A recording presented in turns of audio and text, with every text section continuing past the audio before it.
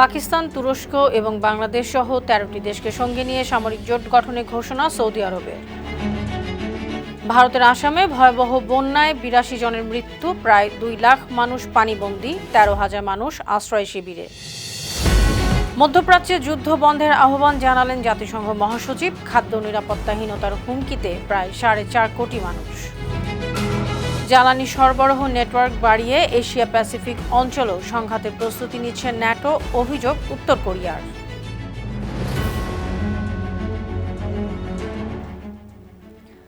শুনছিলেন সংবাদ শিরোনাম। সবাইকে স্বাগত জানাচ্ছি বিশ্বজুড়ে প্রতিদিনে বিশ্বের বিভিন্ন প্রান্তের সবশেষ তথ্য জানাতে আপনাদের সঙ্গে আছি আমি অনন্যা চৈতি। পাকিস্তান, তুরস্ক এবং বাংলাদেশ সহ ১৩টি দেশকে সঙ্গে নিয়ে সামরিক জোট গঠনের ঘোষণা দিয়েছে সৌদি আরব। বিষয়টি নিয়ে নানা আলোচনা চলছে। ইরান যুক্তরাষ্ট্র সংঘাতের কারণে বিশ্ব বাণিজ্যের জন্য অত্যন্ত গুরুত্বপূর্ণ রুট হরমুজ প্রণালী কার্যত বন্ধ। অন্য বিকল্প রুট লোহিত সাগরেও মাঝে মধ্যে হামলা করছে ইরান সমর্থিত হুতি বিদ্রোহীরা। এমন পরিস্থিতিতে বাব আল মানদেব প্রণালী, লোহিত সাগর এবং এডেন উপসাগরে নৌ চলাচলের স্বাধীনতা রক্ষায় সামরিক জোটে বাংলাদেশের অংশগ্রহণ বেশ কৌশলগত। বিশ্লেষকরা মনে করছেন এখানে যেমন লাভ আছে তেমন ঝুঁকিও আছে, কারণ ইরানের সাথে বাংলাদেশের দীর্ঘদিনের নিরপেক্ষ পররাষ্ট্রনীতির সম্পর্ক। এই জোটে যুক্ত হলে ইরান সমর্থিত বিভিন্ন গোষ্ঠীর বিরোধিতার সম্মুখীন হতে হবে। আবার যোগ না দিলে সৌদি আরবের সঙ্গেও সম্পর্কের টানাপোড়েন শুরু হতে পারে। এর সঙ্গে রয়েছে যুক্তরাষ্ট্রের সাথে সম্পর্কের মতো বিষয়ও। ভিসা বন্ড কর্মসূচি স্থায়ী করছে যুক্তরাষ্ট্র। নতুন এই ব্যবস্থায় বাংলাদেশ সহ ৫০টি দেশের নাগরিকদের যুক্তরাষ্ট্রের ভিসার জন্য আবেদন করার সময় সর্বোচ্চ $২০,০০০ পর্যন্ত বন্ড জমা দিতে হতে পারে। তালিকাভুক্ত ৫০টি দেশের মধ্যে ৩০টি আফ্রিকার দেশ। শুক্রবার অনলাইনে প্রকাশিত ফেডারেল রেজিস্ট্রারের বিজ্ঞপ্তিতে বলা হয়েছে, নতুন নিয়মটি B1 ব্যবসায়িক ও B2 পর্যটন ভিসা আবেদনকারীদের ক্ষেত্রে প্রযোজ্য হবে। নিয়ম অনুযায়ী কনসুলার কর্মকর্তারা প্রয়োজন মনে করলে নির্ধারিত অভিবাসী ভিসা আবেদনকারীদের ভিসা দেওয়ার শর্ত হিসেবে সর্বোচ্চ $২০,০০০ পর্যন্ত বন্ড জমা দিতে বলতে পারবেন। তবে এটি সংশ্লিষ্ট কর্মকর্তার বিবেচনার ভিত্তিতেই সিদ্ধান্ত নেওয়া হবে। ভারতের আসামে ভয়াবহ বন্যায় ৮২ জন মারা গেছেন। ৫টি জেলায় এখনও বন্যার প্রভাব চলছে। শনিবার রাজ্যের কর্মকর্তারা জানিয়েছেন প্রায় ২ লাখ মানুষ এখনও পানিবন্দী আছেন। প্রায় ১৩,০০০ মানুষ ৫৪টি ত্রাণ শিবিরে আশ্রয় নিয়েছেন। সবচেয়ে বেশি ক্ষয়ক্ষতি হয়েছে শিবসাগর, গোলাঘাট, জোরহাট, নগাঁও ও চড়াইদেউ জেলায়। ইন্ডিয়া টুডের প্রতিবেদনে জানা গেছে, সবচেয়ে ক্ষতিগ্রস্ত জেলাগুলোর জন্য রাজ্য সরকার একাধিক ত্রাণ প্যাকেজ ঘোষণা করেছে। ক্ষতিগ্রস্ত যানবাহন, গবাদি পশু ও সম্পত্তির বীমা দাবি দ্রুত নিষ্পত্তি করতে বীমা কোম্পানিগুলোকে অনুরোধ জানানো হয়েছে। একই সঙ্গে নন ব্যাংকিং আর্থিক প্রতিষ্ঠানগুলোকে ঋণগ্রস্ত ঋণ গ্রহীতাদের ঋণ পরিশোধে স্থগিতাদেশ দিতে বলা হয়েছে। চলতি মাস থেকে অক্টোবর পর্যন্ত বিশ্বে শক্তিশালী এল নিনোর প্রভাব আরও বাড়তে পারে। শুক্রবার জাতিসংঘের বিশ্ব আবহাওয়া সংস্থা WMO এই সতর্কতা জানিয়েছে। সংস্থাটি বলছে, এল নিনোর কারণে বিশ্বে চরম আবহাওয়ার ঝুঁকি বাড়বে। বৈশ্বিক তাপমাত্রা গড়ের চেয়ে বাড়তে পারে। বৃষ্টিপাতের ধরনও বড় পরিবর্তন হতে পারে। জাতিসংঘের মহাসচিব অ্যান্তোনিও গুতেরেস জানিয়েছেন, এল নিনোর কারণে বিশ্বে ভয়াবহ বন্যা ও খরা হতে পারে। WMOর মহাসচিব সেলেস্তে সাউলি বলেছেন, নির্ভরযোগ্য জলবায়ু তথ্যের ভিত্তিতে উদ্যোগ নিতে পারলে চরম আবহাওয়ার ক্ষতিকর প্রভাব কমানো সম্ভব। অবিলম্বে মধ্যপ্রাচ্যে যুদ্ধ বন্ধের আহ্বান জানিয়েছেন জাতিসংঘের মহাসচিব অ্যান্তোনিও গুতেরেস। তিনি বলেছেন, এ লড়াইয়ের কারণে হরমুজ প্রণালী দিয়ে সমুদ্র বাণিজ্য স্থবির হয়ে পড়েছে।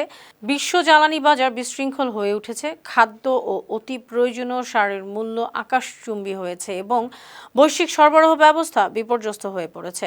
শনিবার আন্তর্জাতিক বার্তা সংস্থা রয়টার্সের বরাতে এসব খবর জানিয়েছে মিডল ইস্ট আই। অন্যদিকে বিশ্ব খাদ্য কর্মসূচি সতর্কতা জানিয়েছে, এই পরিস্থিতির কারণে প্রায় ৪.৫ কোটি মানুষ তীব্র খাদ্য নিরাপত্তাহীনতার মুখে পড়তে পারে। মূল্যবৃদ্ধি ও অর্থনৈতিক মন্দা আরও লাখ লাখ মানুষকে দারিদ্র্যের দিকে ঠেলে দিতে পারে। অন্যদিকে ফিলিস্তিনে হামাসের অস্ত্র ত্যাগ করা এবং গাজা উপত্যকা থেকে ইসরায়েলি সেনা প্রত্যাহারের বিষয়ে মার্কিন যুক্তরাষ্ট্রের ঘোষিত চুক্তিকে ভালো খবর হিসেবে আখ্যা দিয়েছেন জাতিসংঘ মহাসচিব অ্যান্তোনিও গুতেরেস। তিনি বলেছেন, এই লক্ষ্যগুলো অর্জনে একটি রূপরেখা ইতিমধ্যেই ঘোষণা করা হয়েছে। কোনো প্রশ্ন, সংশয় বা এটি পণ্ড করার চেষ্টা ছাড়াই এই রূপরেখা মেনে চলা প্রয়োজন। দুপক্ষের জন্য শর্তাবলী বাস্তবায়নে এখনই সঠিক সময়। আন্তর্জাতিক সংবাদ সংস্থা রয়টার্স এসব তথ্য জানিয়েছে। ইসরায়েল আমেরিকার সঙ্গে যুদ্ধে জয়ী হয়েছে ইরান। এই বিজয়কে দীর্ঘস্থায়ী এবং শক্তিশালী করতে হবে, একটি উজ্জ্বল ভবিষ্যতের প্রত্যাশা বজায় রাখতে হবে, এমনই দাবি করেছেন ইরানের পার্লামেন্ট স্পিকার ও শীর্ষ সমন্বয়কারী মোহাম্মদ বাঘের গালিবাফ। দেশটির পার্লামেন্ট কোঅর্ডিনেশন কাউন্সিলে তিনি এমন দাবি করেন। এ সময় গালিবাফ আরও বলেন, ইরানের সর্বোচ্চ নেতা নির্বাহী ক্ষমতা বাড়ানো উচিত। শক্তিশালী ইরান গড়ার যে কোনো প্রয়াস এখান থেকেই শুরু হতে পারে। ইরানের আধা সরকারি তাসনিম নিউজ এজেন্সি এসব তথ্য জানিয়েছে। ইরানের সঙ্গে সংঘাত থেকে বেরিয়ে আসার উপায় খুঁজতে মিত্র দেশগুলোর কাছ থেকে পরস্পর বিরোধী বার্তা পাচ্ছেন মার্কিন প্রেসিডেন্ট ডোনাল্ড ট্রাম্প। সৌদি আরবের প্রতিরক্ষা মন্ত্রী খালিদ বিন সালমান এবং ভাইস প্রেসিডেন্ট জেডি ভেন্সের মাধ্যমে ট্রাম্পের কাছে বার্তা পাঠিয়েছেন ক্রাউন প্রিন্স মোহাম্মদ বিন সালমান। বার্তায় রিয়াদ চাচ্ছে দ্রুত যুদ্ধ শেষ হোক। অপরদিকে ইসরায়েলের প্রধানমন্ত্রী বেনিয়ামিন নেতানিয়াহু সম্প্রতি ট্রাম্পের সঙ্গে সাক্ষাৎ করে যুদ্ধ চালিয়ে যাওয়ার পক্ষে মত দিয়েছেন।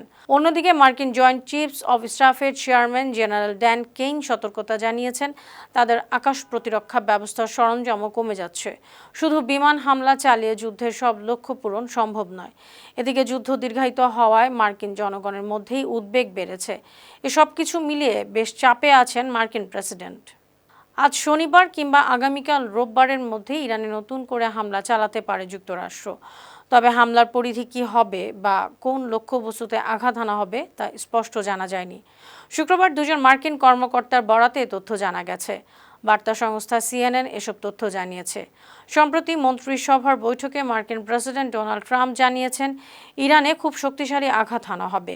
গেল সপ্তাহের শুরুতেই যুক্তরাষ্ট্র জানিয়েছিল, জর্ডানে মার্কিন সামরিক ঘাঁটিতে ইরানের হামলার চেষ্টার জবাবে তারা বড় ধরনের হামলা করেছে।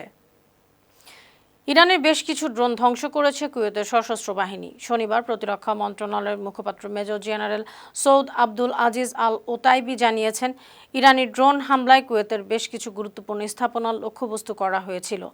এতে কোনো প্রাণহানি হয়নি, তবে ড্রোন ধ্বংসের স্প্লিন্টার বা খণ্ডিত অংশ পড়ে কিছু ক্ষয়ক্ষতি হয়েছে।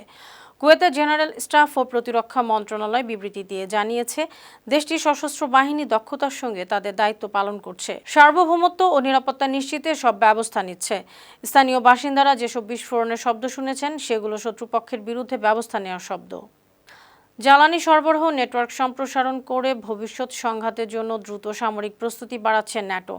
এই পরিকল্পনায় পশ্চিম ইউরোপের সঙ্গে নতুন পূর্ব ও উত্তরাঞ্চলীয় সদস্য দেশগুলোকে যুক্ত করতে নতুন পাইপলাইন এবং জ্বালানি মজুত কেন্দ্র তৈরি করা হবে, এমন অভিযোগ করেছে উত্তর কোরিয়া। উত্তর কোরিয়ার রাষ্ট্রীয় সংবাদ সংস্থা কেসিএনএতে প্রকাশিত এক মতামত নিবন্ধে ইউরোপ জুড়ে ন্যাটো সামরিক জ্বালানি পরিবহন ব্যবস্থার সম্প্রসারণ এবং আধুনিকায়নের পরিকল্পনার করা সমালোচনা করা হয়েছে। কেসিএনএ দাবি করেছে, এই জোট ইউরোপের বাইরে এশিয়া প্যাসিফিক অঞ্চলেও সংঘাতের প্রস্তুতি নিচ্ছে। ইউরোপ এবং এশিয়া প্যাসিফিক অঞ্চলে কৌশলগত সামরিক সম্পদ নিয়ে আসছে। প্রেসিডেন্ট ট্রাম্পের সবুজ সংকেত পেয়েই যুক্তরাষ্ট্রের প্রযুক্তিতে ইউক্রেনে প্যাট্রিয়ট মিসাইল সিস্টেম তৈরি করতে চেয়েছিলেন ইউক্রেনের প্রেসিডেন্ট ভলোদিমির জেলেনস্কি। তবে আশ্বাস দিয়েও সিদ্ধান্ত প্রত্যাহার করেছেন ট্রাম্প। গত মাসের প্রথম দিকে তুরস্কে ট্রাম্পের সঙ্গে বৈঠক করেছিলেন প্রেসিডেন্ট জেলেনস্কির। ওই বৈঠকে প্যাট্রিয়ট ক্ষেপণাস্ত্র সিস্টেম তৈরির জন্য যুক্তরাষ্ট্রের সহায়তা চেয়েছিলেন তিনি। ট্রাম্প তখন রাজিও হয়েছিলেন। তবে গত সপ্তাহে হোয়াইট হাউস আবারও জেলেনস্কির সঙ্গে বৈঠকে সেই প্রতিশ্রুতি প্রত্যাহার করে নেন ট্রাম্প। এ ব্যাপারে বৃহস্পতিবার মেরিল্যান্ড অঙ্গরাজ্যে ট্রাম্প জানিয়েছেন, জেলেনস্কির জন্য এটা একটা বড় পদক্ষেপ। তিনি কিছু প্যাট্রিয়ট ক্ষেপণাস্ত্র চান, কিছু টমাহকও পেতে চান, একটি রক্ষণাত্মক, অপরটি আক্রমণাত্মক। সুপ্রিয় দর্শক, এই ছিল আজকের বিশ্বজুড়ে প্রতিদিনের আয়োজনে। দেশ বিদেশের বিভিন্ন খবর নিয়ে আবার আপনাদের সামনে হাজির হব। সেই পর্যন্ত ভালো থাকুন, সুস্থ থাকুন, বায়ান্ন টিভির সঙ্গে থাকুন। ধন্যবাদ।